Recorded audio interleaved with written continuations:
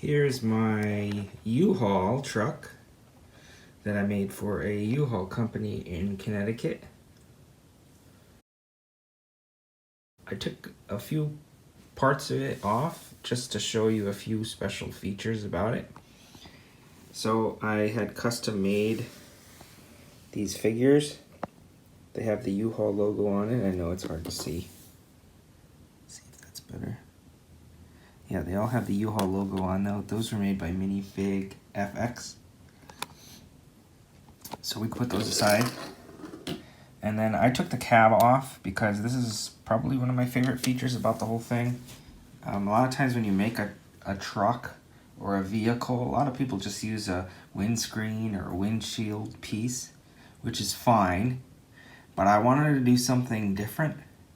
So I ended up making it with panels, and then I made it with, I had everything attached. So these are on, it's on one hinge, so they can actually go down.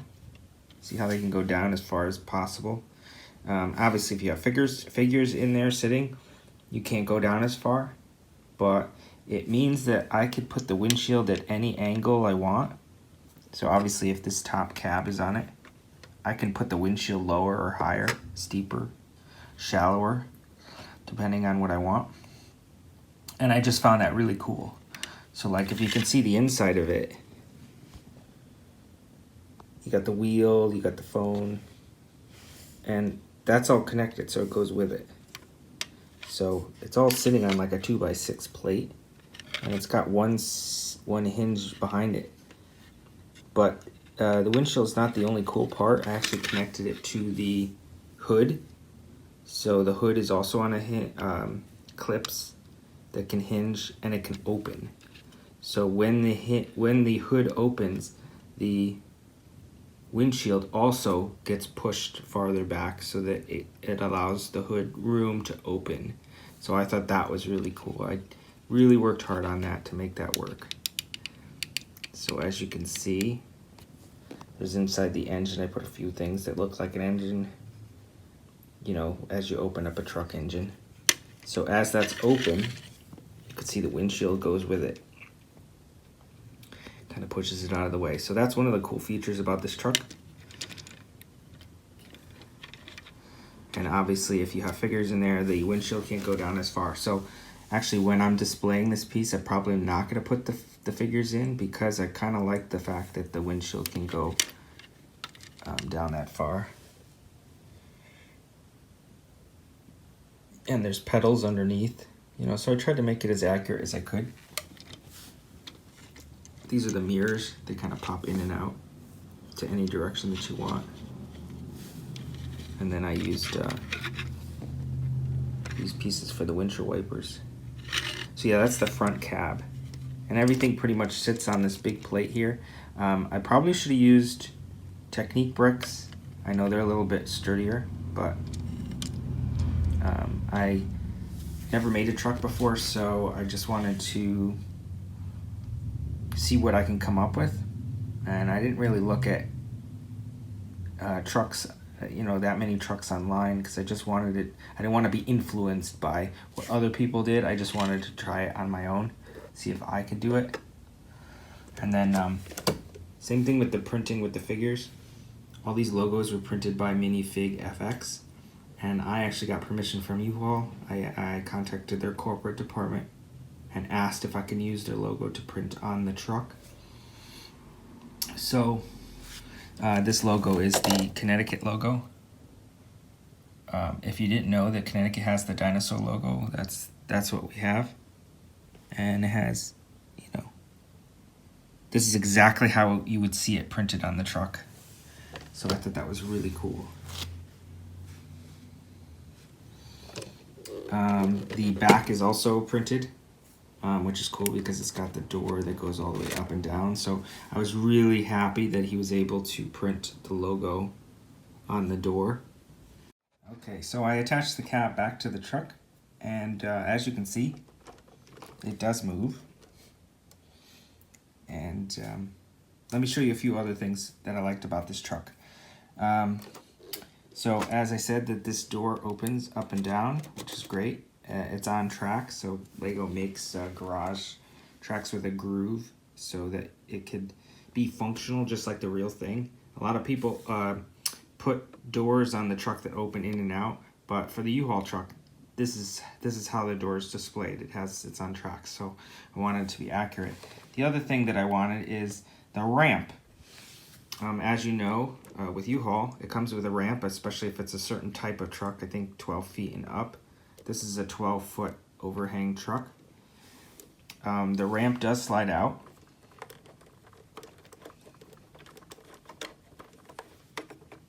And when it slides out, it could clip on this clip here. So as you can see, I clipped it right there. I actually thought that the tow hitch would get in the way of allowing me to clip it, for which would mean that I would have to take the tow hitch off. But in this case, this is the ramp. So you can take a dolly and move stuff in and out of the truck. When I first made this truck, I actually made it with a swinging wall. So I actually put some hinges on the side here and I had the whole wall swing out. But it didn't look right. The hinge piece kind of stuck out, and I wasn't sure if it would impact the printing when he would print. So in this case, I just decided to make full walls that don't move. There's another idea that I had that I would just add a couple tiles at the bottom and kind of up here and up here as well, and that would make the wall be detachable whenever I wanted. So if I took the roof off, I could just take so you would just put 1 or 2 studs on the top and the bottom, which would hold it together, but then when you wanted to easily take the wall off, you could. So it's possible that I may decide to do that in a later point. And the only reason you want to take the wall off is obviously to see inside the truck. Do I have anything in the truck? Is the truck empty? Can I fill it with something? So when it's on display, sure, the logos look great, but you want to see what's inside the truck. And how else do you see that without the wall taken off? Well, in my case, you could put the garage door all the way up. You can see in the back that there actually is stuff back there. That's really cool. The other thing that I did is I did the same thing for the roof, where I just put a few studs in the roof so that you can easily take the roof off. So the roof does pop off.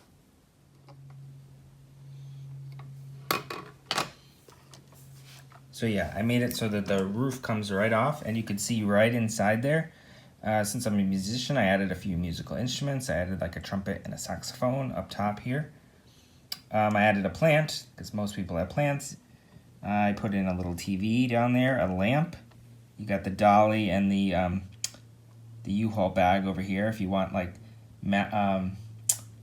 furniture movers, that's what they usually have in the back of a truck, just the dolly and the furniture movers if you end up purchasing those. I also added a dresser, a fish tank, and a couch. So I added a few things in there. Obviously, it looks really organized. Most people try to organize their trucks as best they can. I didn't want to fill it too much and then it looked too cluttered. Obviously, you put it however you want to. But all of this stuff is removable. So I could take them out. I can move them around if I'd like. But it's also stationary. So if this truck is moving like crazy, if there's an earthquake, whatever, they're not going to move because they're in there. There's a stud, a couple studs or whatever that holds all those pieces in there. So it's not just sitting on top of tiles and it can move around and bang around. I wanted it to stay no matter where I put this. So yeah, as you can see, the roof comes off pretty easily. And it can be put back very easily as well, just like that.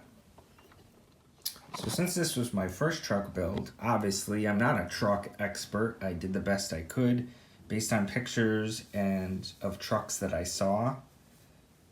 I think considering that's it went pretty well. There's a few things about the truck that I kind of wish that I did, but I wasn't able to do based on the size. So this truck is a certain size. Obviously, if it was larger, you could put more detail into it. If it was smaller, you you have to put less detail because there's just not enough space. So in this case, this truck, I built the cab first, and then whatever I did with the cab, the truck part of the back of it is based off of what the cab size is. And so I actually had to go back and forth. So like I built the cab, and then I tried to build the truck, and then I think I did something different with the cab, and then I had to do something different with the truck. So I spent about 70 hours on this project. So it sounds like a lot, like, hey, what are you doing? But because I have no instructions that I go off of, it's based on trying something, and then if it doesn't work, you try something else. And you just spend as long as it takes. So in my case, this truck is missing a few things that I kind of wish I could do, but I just decided I don't have the room. So if you look at the truck in the back, I tried to include as much as I could. I wanted to include the ramp that's removable and the clips on. That was really important. But I was unable, on the trucks in real life, they have a license plate that's kind of like right here in between the lights and the ramp. There's only one stud here, as you can see. I can't put a license plate there. It's just not big enough. Sure, I could print probably a 1x1 license plate, but it just wouldn't look right. So I decided to keep the license plate off because there's just no room. Obviously, if this truck was wider, there would be enough space for that. But since this is the first truck I've ever made, this is the size that it ended up being, and I ended up not using it. The other thing that I wasn't able to do is, in real life, the truck has two wheels, double wheels on either side in the back. And as you can see, there's only single wheels in the back, not double wheels. So Lego makes so many different types of wheels. Some are wider or thicker than others. In this case, these wheels seem to fit this truck the best. And so another reason why, if this truck was wider, then you could put these wheels, double them up, and make it work. But because this is such a certain size, sure, you can try to add wheels there, but because the plates are there, and the plates are kind of holding the ramps on top of the plates, it's not going to work. Because you have the indentation of that wheel there that would fit. You can't move that in the middle there and still have it work. So I had to, those two things I had to sacrifice, the license plate and the fact that there weren't double wheels in the back. Let's see, that's very easy for the door to go up and down. Other than that, I think the truck came out pretty well. Oh, one more thing. So I think I mentioned it earlier that I could have used Technique bricks, which helps. There's so much weight of this truck. So if I lift it up, you can see that the cab kind of sags a little bit. It's because the weight of the truck and everything is sitting on all those plates. So the way that I'm able to fix that is I actually ordered it. They're not here yet.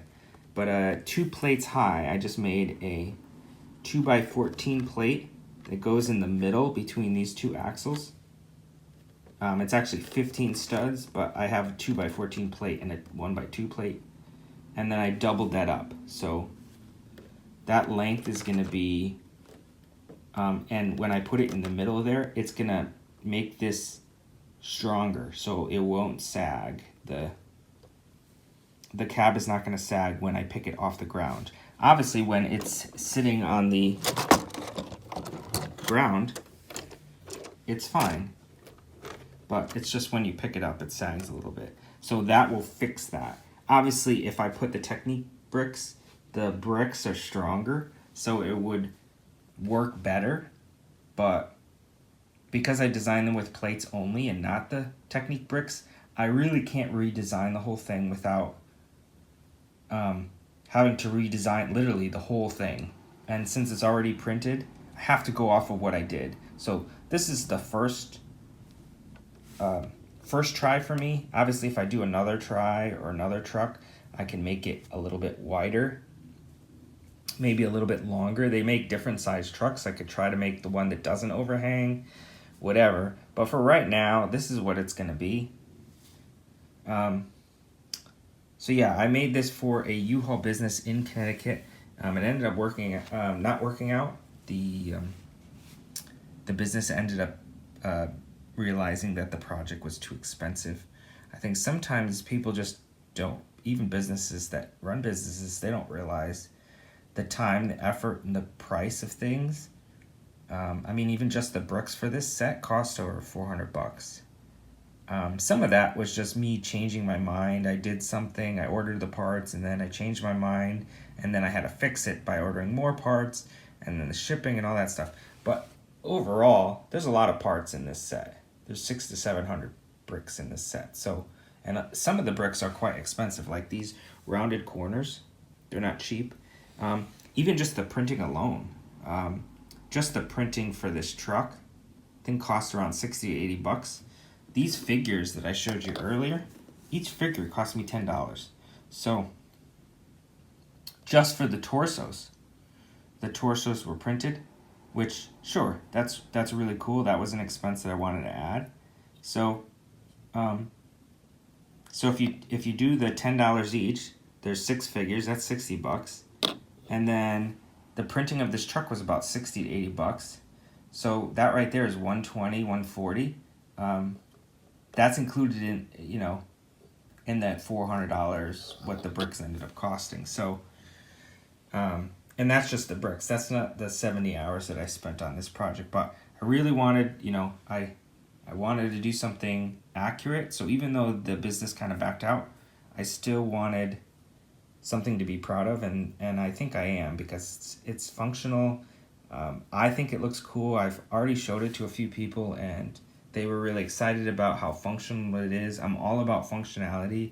So I want something to look good and be accurate, but also be functional, that you can see this being on display somewhere. So originally, this U-Haul business wanted to make a display case with this item to show off, when families and kids come in the building, they could say, hey, look at this small display that we have. This is what we're all about. We're all about family. We're all about Lego. The great part about Lego is you can make anything with Lego bricks. And when you make anything, you can use it for anything. So I already have experience making displays at gyms around the state, at WTNH Studio in New Haven. And in this case, if this was going to be on display at a U-Haul, it could still maybe one day be on a display at a U-Haul. I'll still bring it to some U-Haul places and see if that's something they want to purchase.